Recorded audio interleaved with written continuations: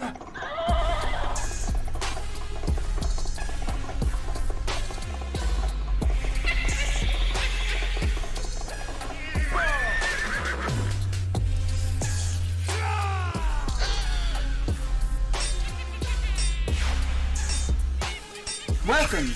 to Wicked Shizuku's Reviews, bringing you a southern perspective on books, movies, music, and much, much more.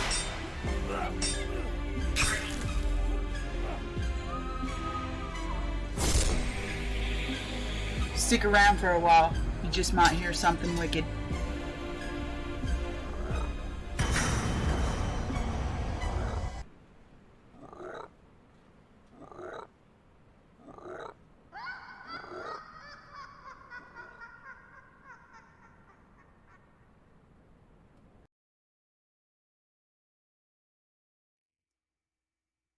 Well, hi everyone. Here I am again.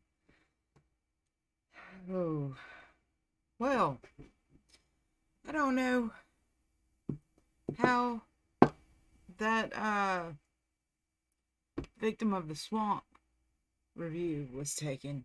Kinda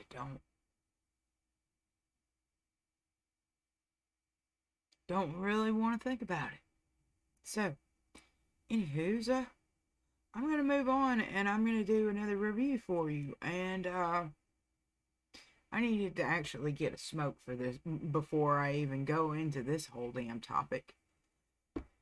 Because everybody is talking about these guys lately.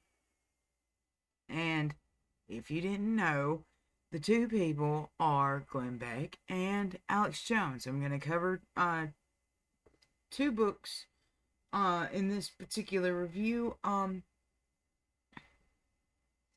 Yeah, so I'm just going to go ahead and get on to it.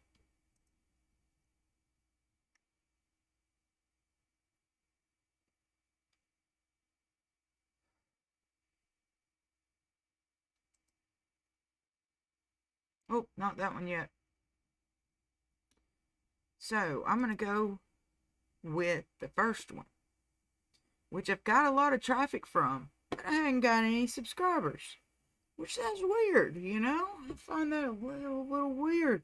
Because, you know, having 33 people freaking swarm your stuff, no comments, no subscriptions, no likes, nothing. It's just like, And I tried my very best to stay a little, you know, I tried to stay unbiased in this. So, going forward. The Great Reset and the War for the World by Alex Jones. Yeah, so I'm going to just read this out for you. The readability is 8 out of 10. Academic is 7 out of 10. Content is 7 out of 10. And entertainment value 4 out of 10. Analysis. I'm a big listener / reader, so I didn't learn much that I didn't already know. Jones has an interesting outlook on things, although I'm of the opinion that Jones didn't go far enough when explaining further implications or proposing possible legal solutions. To me, if you were trying to educate college students, this would be an easy book to read in a few sittings and a good starting point for figuring out what is going on in the realm of geopolitics. Is it anything exceptionally profound? No. Jones is the town crier, or the child who says the emperor has no clothes on. I view Alex Jones' show and InfoWars Network as an enormous aggregator for the news in a live format. Jones throws out vague generalizations and provides sources from Schwab and Harari's writing. He merely provides you with their words and explains how he interprets them. Mobile e-governance application, DIIA action. Now, the reason I had to read you that other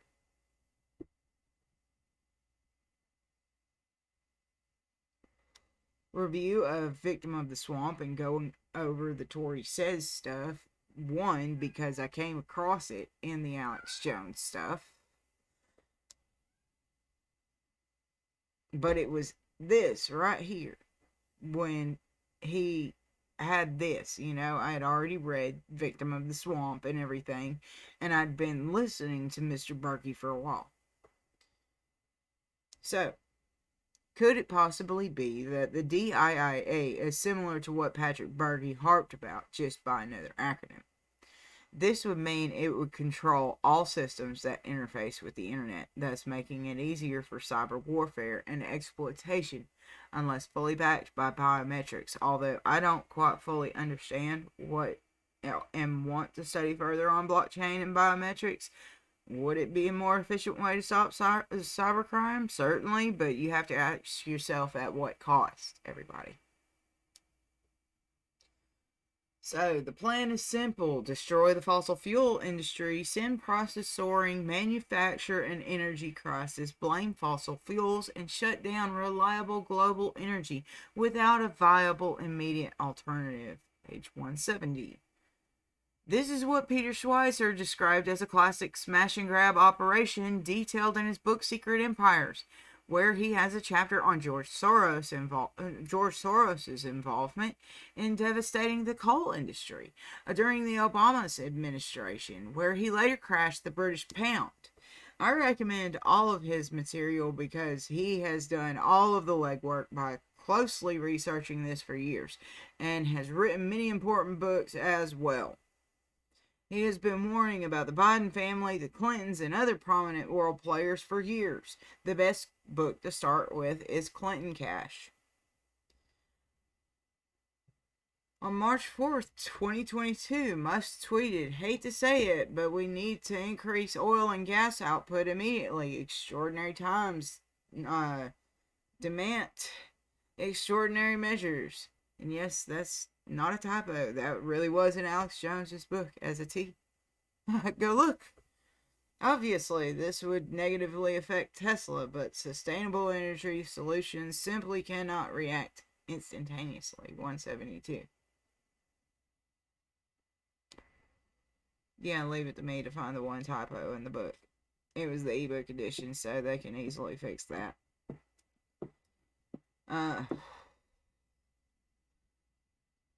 I'm still wondering where he, Elon Musk, is in the process of the solar tile roofs. If the storage component has been repaired to intake more power. This would, in essence, be a partial solution to the reliance on coal-powered energy, yet his priorities have been diverted through the acquisition of Twitter and turning it into X. While free speech isn't important, so is the possibility of affordable energy. While solar energy is championed by Musk, it's much more expensive, and solar energy storage has yet to have the breakthrough in development to keep up with the required demand from 313 plus million Americans. Coal fusion would be a costly conversion, but would be the most efficient and, in the long run, be the best investment in reliable and affordable energy, and theoretically safer with less nuclear waste. The United States federal government could force automakers to install kill switches authorities can access and use to shut down any newer vehicle. 174. Cars produced post 2000 already have something similar that can be hacked. If the Michael Hastings incident, author of the book The Operators, can be used as an example, overall, the possibility that the government or law enforcement has this added capability to their bucket of unconstitutional tools is terrifying.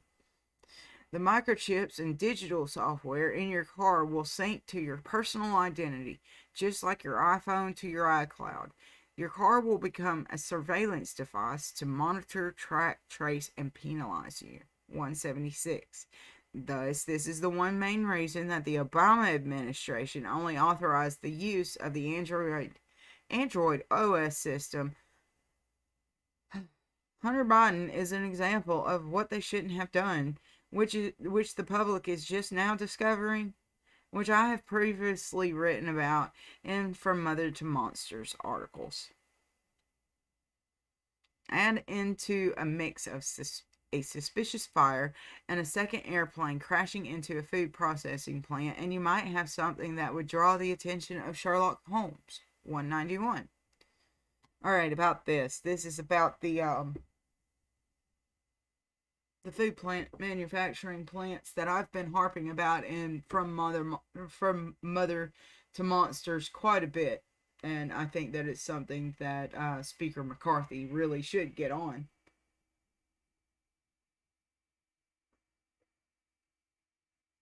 Um, One time is an accident, two times could be a fluke. However, three times or more is no longer a coincidence but corporate sabotage. More investigation is needed to rule out whether those planes weren't unmanned drone attacks carried out by the United States government or corporate insurance fraud.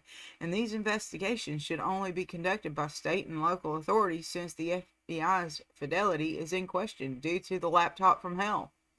If it is due to a cyber element, it would fall under the need for the U.S. Space Force to root out the causes and or possibilities that this was done by foreign enemies.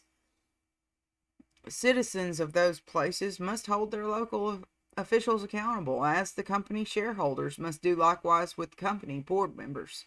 It will be the only way the people will see action and start at the bottom of the totem pole, not by going for the top.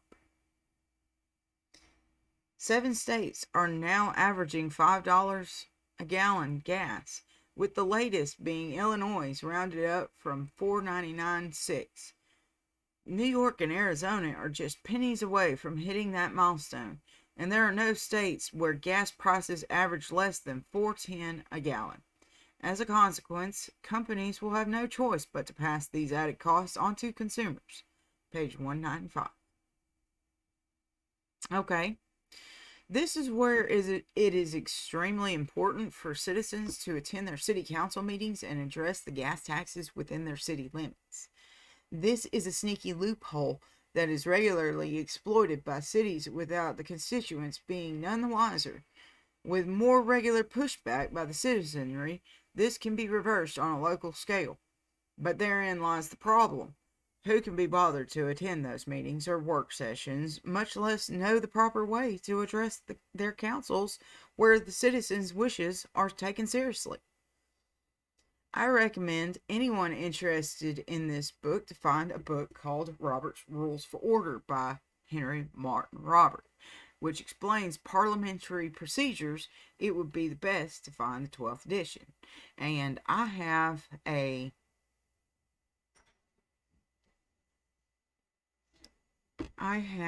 copy of it if you just give me a jiffy, because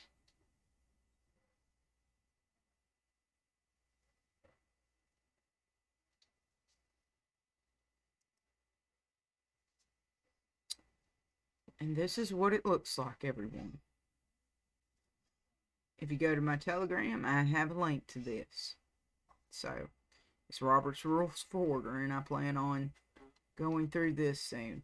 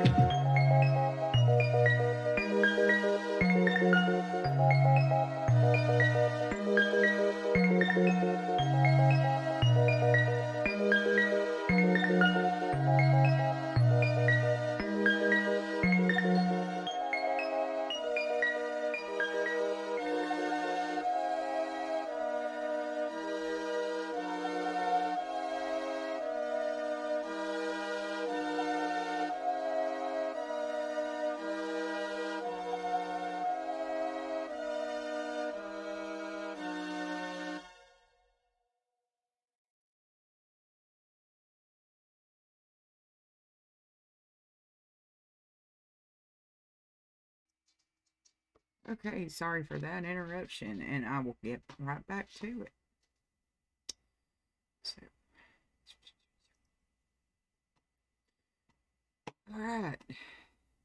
So, Bill Gates has become the largest owner of farmland in the United States and owns over 242,000 acres of farmland, 205. This is an issue I am very perplexed by. On one hand, you have Mr. Gates, historically his history of being involved in some not so Gucci behavior, and on the other you have an argument for capitalism working the way it should, and why would you condemn someone's success and using his money to be able to put it to some sort of philanthropy? But do I agree with everything that he's done, such as, the mosquito experiments, the vaccination experiments? No, I don't agree with those things, but there have been some good innovations that he's been behind, such as, being able to digitize old manuscripts and whatnot. He's had a lot to do with that. He's funded it. I mean, he hasn't exactly had his hands on it, but there's, some things that he's put his money behind that was good. So I don't think that we should absolutely condemn everything, but he should be held accountable for the things that he has done wrong. So, going on. 6 corporations: Monsanto, DuPont, Dow, Syngenta, Bayer, BASF control 75% of the world pesticides market. Factory farms now account for 72% of poultry production, 43% of egg production, and 55% of pork production worldwide. Only 4 corporations, ADM, Bunge, Cargill, and Dreyfus, control more than 75% of the global grain trade. Page 207. These companies are where citizens must focus their attention if they live in areas affected by forever chemicals. especially Monsanto. I mean, the area that I live in, lots of people cashed in on a lawsuit against Monsanto. I'm not even sure people can pursue any more of those type of lawsuits. If they could, it would be an absolute boon to this area again. I'm telling you. So, democratic freedom, is that just a quaint little concept like chocolate bunnies at Easter, or could it possibly be more important? An ideal for which people have fought and died over the centuries. Page 213. Answer: it is more important than many realize. Yet, the larger a civilization is, the more difficult it is to come to an agreed upon consensus. This is why the founders created states, and thus states governments emerged with the representation for those states, for both the House and Senate, and both federal and state governments. The breakdown of state governments is a defense against the total centralization of government. So, also, I like to, well, I don't like to. I have a saying that, pretty much, that if you ever hear some bleeding liberal or absolutely anyone say this is for our democracy, well, you have just now and forever, until you actually educate yourself on civics, disqualified yourself from even being a citizen, because we're not a democracy. We are a representative constitutional republic. We're a republic, if we can keep it.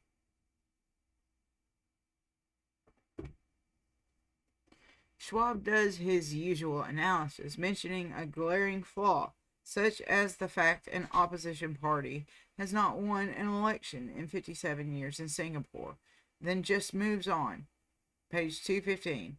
That, to me, sounds like election rigging on steroids, which reminds me of how the Mexican government has operated since the Mexican Revolution ended in 1917. Very suspicious that this was through the Wilson administration. Correlation or coincidence? Self-educated coalition of multinational corporation governments, including through the United Nations system and select civil society organizations, CSOs, page 228. This would fall under the purview of states' attorney generals and should be where and what the citizens discuss with them. As far as I understand, I'm not sure if this could be addressed at the county commission level. Use sound waves to control behavior of people, page 228. Well, that's possible. For years, law enforcement has used sound to break up riots, gatherings, and serving warrants, not to mention employing this tactic with predictive policing. Plasma weapons have already been developed. Australia gave it away about how advanced weaponry is during the protests in Melbourne in 2022, for which there is no return. Now imagine those weapons being installed on the doggy bots. Conclusion. Technically, this book was written mostly by a ghostwriter, which irks me to no end. But then to turn it around and sell the book for $100 for an autographed copy angers me just a little bit more. They approached Jones and not the other way around, and as a writer with multiple rejections from publishing queries, it upsets me how this book was put together. It's also very disheartening when writing and trying to find a publisher that also shares my values and not asking me to compromise by telling me what topic I should write about. Then, after looking into this publishing house, I'm appalled to how it acquired many small presses and the rights to first editions of many authors' first works. Some of these presses were purely academic journals, imprints, textbooks, and popular editorials. It makes me wonder about Ray Bradbury, Isaac Asimov, Kurt Vonnegut Jr., H.G. Wells, and Aldous Huxley's time, and what they had to go through in order to be published. Truth is stranger than fiction, but what if I told you that the truth is hidden within fiction? When it comes to dystopian planning, every book released in science fiction, dystopian young adult, or urban fantasy genres is another what if. Essentially, they are tabletop scenarios. Editors don't want wholesome writing, they want to make money from smut, and many are willing to comply. Many modern writers have been hijacked and unwitting contributors to this doom pool of possibilities when they are told what is trending by editors. Due to this practice, I truly believe that so many masterpieces that were meant to be written never will be, because, which is more the tragedy. This is why it's important to read and not get distracted by ET gossip or reality TV. The right is woefully behind in this aspect, and the left has had decades to game plan. I say that this is where the right must grow up and swim or get eaten by the left, who will eventually cannibalize themselves, leaving no one behind. And that was Wicked Shizuku's reviews for The Great Reset and The War for the World by Alex Jones.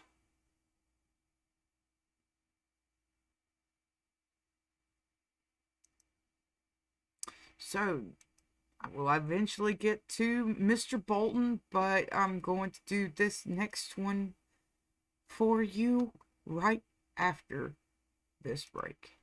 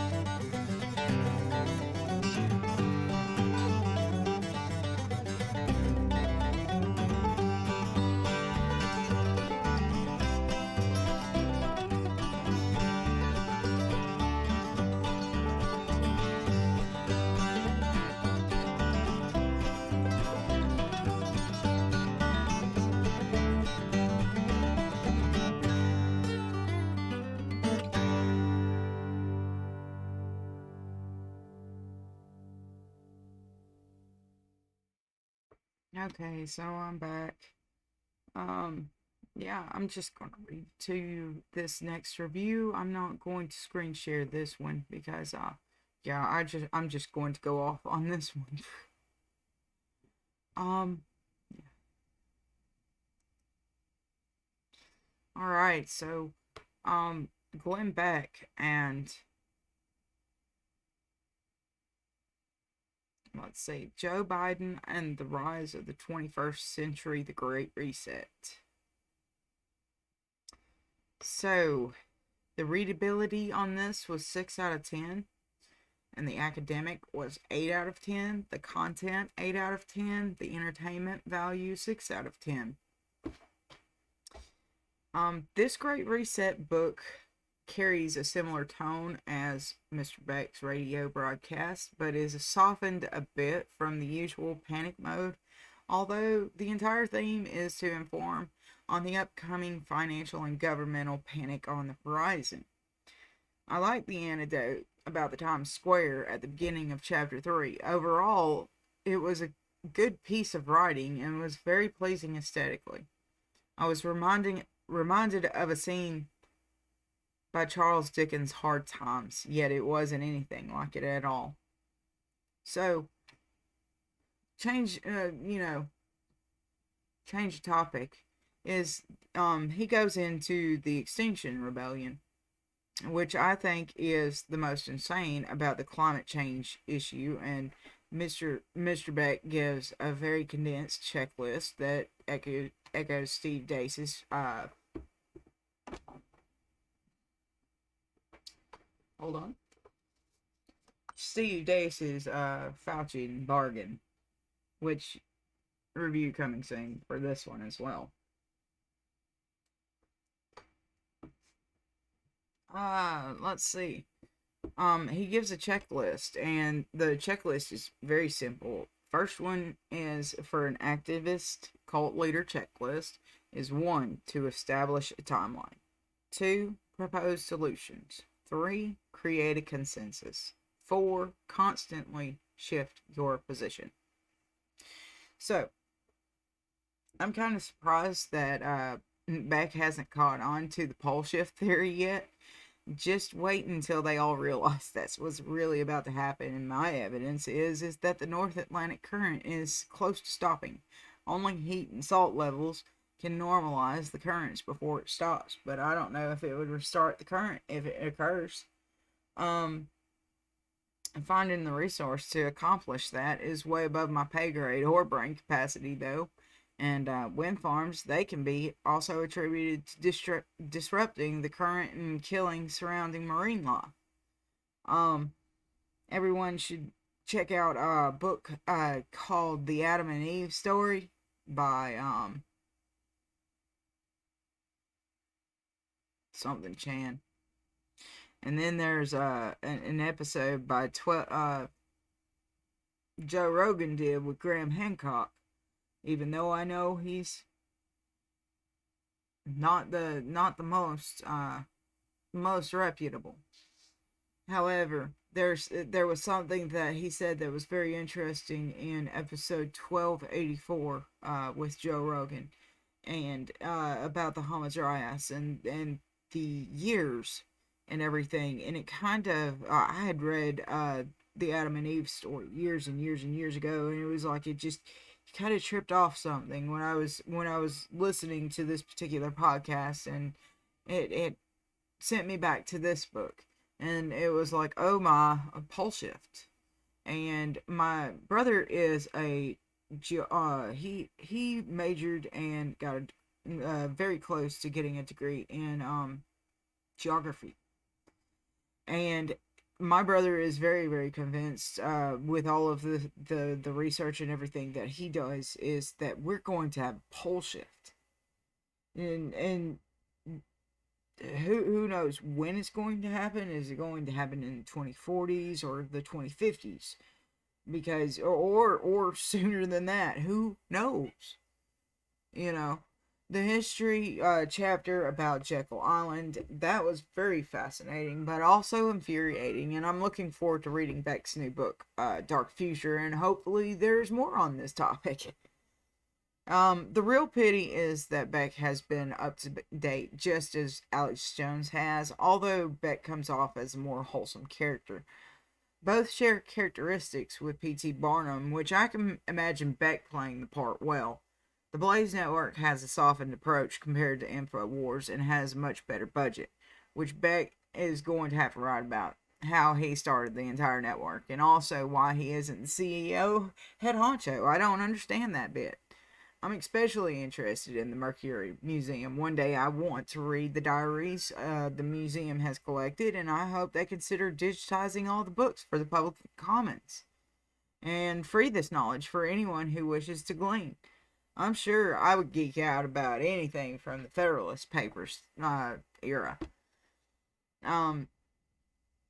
Take it from someone who was born in George Orwell's favorite year and still married to my first husband and father of my children after 20 years, 9% away from finishing my history degree and 12% away from completing one in English, not accounting for minors with just 3 or 4 semesters remaining. I'm concerned about Exhibit J in Chapter 9.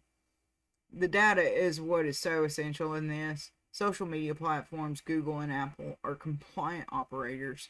When are people going to realize this and turn off their phones? People are aware of the harms of social media of varying degrees. The ever flowing stream of degradation to our children's mind and self esteem issues. Generation Alpha is going to be equivalent to Generation Jones, a generation not talked about and forgotten. When I was in elementary school, we were taught about companies and consumer feedback slash satisfaction.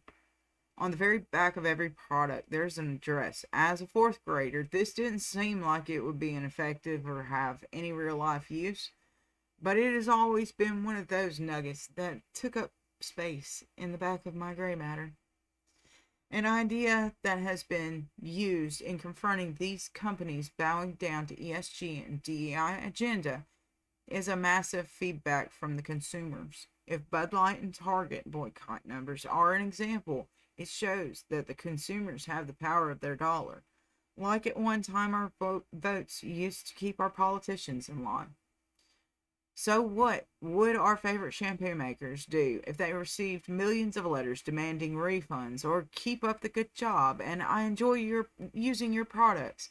Let company boards know you'll boycott their products if they're on the train with slave labor, trans agenda, or corruption of morals and traditions.